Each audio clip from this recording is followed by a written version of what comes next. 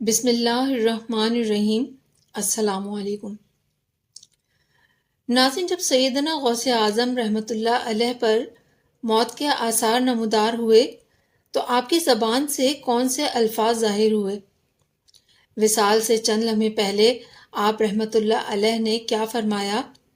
سیدنا غوث اعظم رحمۃ اللہ علیہ کو اپنے آخری وقت قریب آنے کا معلوم ہوا تو آپ نے اپنے بیٹے سے کیا فرمایا اور اپنے مریدوں، گھر والوں اور باقی تمام لوگوں کے لیے کیا دعا مانگی؟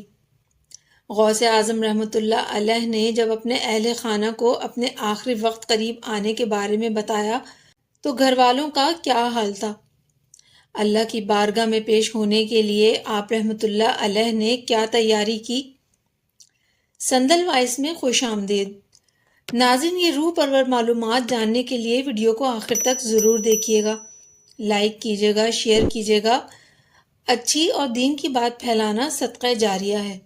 ناظرین، غوث اعظم کا اسم گرامی عبد القادر تھا، کنیت ابو محمد تھی اور لقب محی الدین تھا۔ آپ رحمۃ اللہ علیہ نجیب الطرفین سید ہیں۔ والد ماجد حضرت ابو صالح موسیٰ رحمۃ اللہ علیہ تھے اور والدہ ماجدہ ام الخیر فاطمہ رحمۃ اللہ علیہ تھیں۔ ان کا لقب امت الجبار تھا۔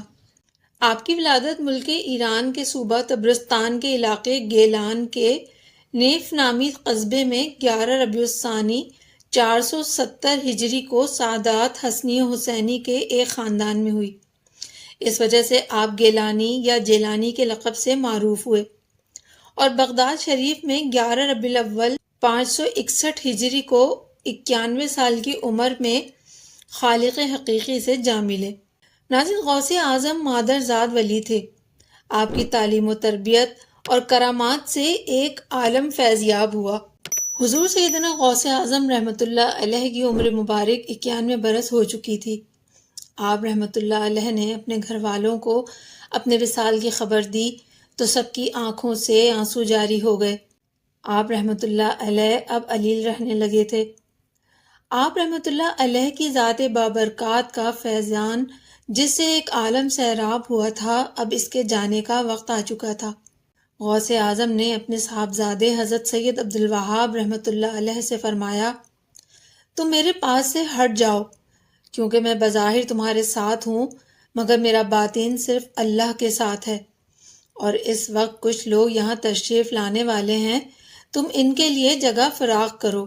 11 ربیع الثانی بروز سوموار حضور سیدنا غوث اعظم رحمۃ اللہ علیہ نے عشاء کی نماز کے وقت تازہ غسل فرمایا اور دیر تک سجدے میں رہے اور اپنے تمام مریدین، اہل خانہ اور دیگر کے لیے دعا مانگتے رہے۔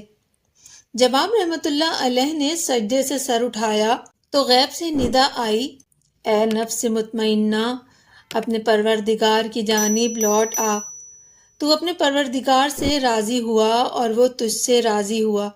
بے شک تو میرے ان بندوں میں شامل ہے جو جنت میں داخل ہوں گے۔ حضور سیدنا غوث اعظم رحمۃ اللہ علیہ ان کلمات کو سننے کے بعد بستر پر لیٹ گئے۔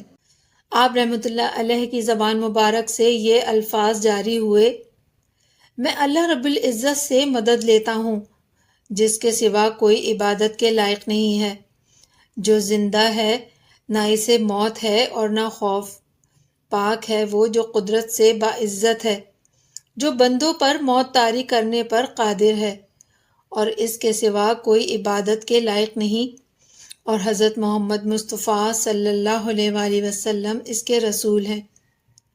اس کے بعد حضور سیدنا غوث اعظم رحمۃ اللہ علیہ کی زبان مبارک سے اللہ اللہ کا ورد جاری ہو گیا اور اپنی جان جان آفرین کے سپرد کر دی۔ حضور سیدنا غوث اعظم رحمۃ اللہ علیہ کے صاحبزادے حضرت سید عبد الرزاق اور حضرت سید موسیٰ رحمۃ اللہ علیہ فرماتے ہیں کہ آپ رحمۃ اللہ علیہ بار بار ہاتھ مبارک کو بلند کرتے اور زبان مبارک سے فرماتے، توبہ کرو اور صف میں شامل ہو جاؤ، میں بھی تمہاری طرف آتا ہوں، اور مزید یہ فرماتے تھے، نرمی کرو۔ پھر آپ رحمۃ اللہ علیہ کے پاس حق آیا اور موت کے آثار شروع ہو گئے اور زبان مبارک پر یہ الفاظ ظاہر ہو گئے، میں مدد چاہتا ہوں کلمے کی اور اللہ کی جو پاک و برتر ہے، اور ایسا زندہ ہے جسے موت کا خوف نہیں۔ وہ اپنی قدرت کے ساتھ غالب ہے اور بندوں کو موت کے ساتھ مجبور کیا۔ پھر آپ رحمۃ اللہ علیہ نے اللہ عز و جل کی وحدانیت اور حضور نبی کریم صلی اللہ علیہ وآلہ وسلم کی رسالت کی گواہی دی، اور اللہ کا ورد بلند کر دیا، یہاں تک کہ آپ رحمۃ اللہ علیہ کی روح قفس انصری سے پرواز کر گئی اور آپ اپنے خالق حقیقی سے جا ملے۔ انا للہ و انا الیہ راجعون۔ ناظرین، امید ہے آپ کو آج کی ویڈیو پسند آئی ہوگی۔ لائک کیجیے گا، شیئر کیجیے گا، چینل کو سبسکرائب کیجیے گا اور بیل آئیکن کو پریس کرنا نہ بھولیے گا تاکہ ہر نئی ویڈیو کی نوٹیفیکیشن آپ کو مل سکے۔ اپنا بہت خیال رکھیے گا۔ پھر کسی اچھی ویڈیو کے ساتھ آپ کے سامنے حاضر ہوں گے۔ جب تک کے لیے اللہ حافظ۔